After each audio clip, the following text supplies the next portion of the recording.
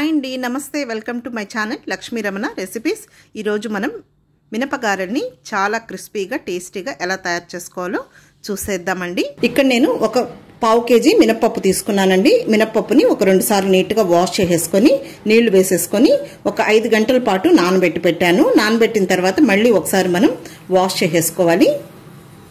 తర్వాత ఒక మిక్సీ తీసేసుకొని ఈ మినపప్పుని ఇందులో వేసేసుకోవాలి. మినపప్పుని మనం ఒక 2 సార్లుగా గ్రైండ్ చేసేసుకోవాలి. ఇప్పుడు ఇందులోనే మనం ఈ మినపగారెలకి రుచికి సరిపడా సాల్ట్ వేసుకోవాలి. మనం 2 సార్లుగా వేస్తున్నాం కాబట్టి 2 సార్లుగా సాల్ట్ వేసుకోవాలి. ఇప్పుడు ఈ నీళ్ళని కొద్దిగా వేసేసుకొని గ్రైండ్ చేసేసుకోవాలి. చూడండి, ఈ విధంగా వేసేసుకోవాలి. మెత్తగా ఉండాలి మనకు ఈ మినప్పిండి అనేది. ఇదే విధంగా మిగిలింది కూడా వేసేసుకోవాలి. చూడండి, పిండిని మనం ఈ విధంగా మెత్తగా మెదిపేసుకోవాలి. ఇదే విధంగా ఆ మిగిలింది కూడా మిక్సీ వేసేసుకోవాలి. మిక్సీ పట్టుకున్నదంతా ఇందులో వేసేసుకుందాము బౌల్లోకి. ఇప్పుడు పిండినంతా ఈ విధంగా మిక్సీ వేసుకున్న తర్వాత ఇందులోకి ఒక 1/2 టీ స్పూన్ మిరియాలని చూడండి కొంచెం అలా లైట్గా కచ్చా పచ్చగా దంచి వేసేసుకోవాలి. ఇప్పుడు ఇదంతా కూడా మిక్స్ చేసేసుకోవాలి. మనం సాల్ట్ కూడా మిక్సీ వేసుకునేటప్పుడే వేసుకున్నామంటే మనకు పిండి అనేది లూజుగా లేకుండా సో ఈ విధంగా వచ్చేస్తుంది. ఇప్పుడు ఇదంతా బాగా కలిపేసుకోవాలి.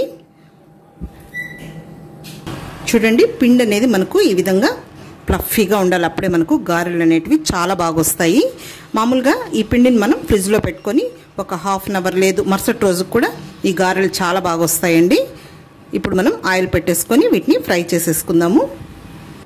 స్టవ్ వెలిగించుకొని ప్యాన్ పెట్టుకొని ఆయిల్ వేసేసుకుందాము.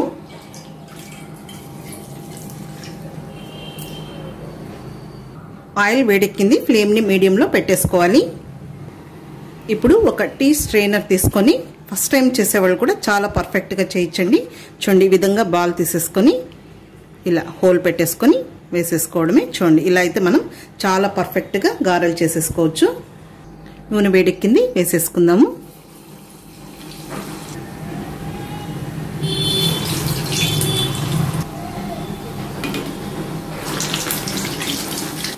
మనం హై ఫ్లేమ్ మీడియం ఫ్లేమ్కి అడ్జస్ట్ చేసుకుంటూ మంచి కలర్ వచ్చేంత వరకు ఫ్రై చేసేసుకోవాలి.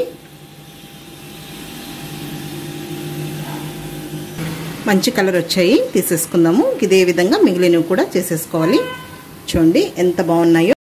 అంతే అండి, చూసారు కదా. ఈ టిప్స్తో చేసి చూడండి. ఫస్ట్ టైం చేసేవాళ్ళు కూడా చాలా పర్ఫెక్ట్గా చేస్తారు.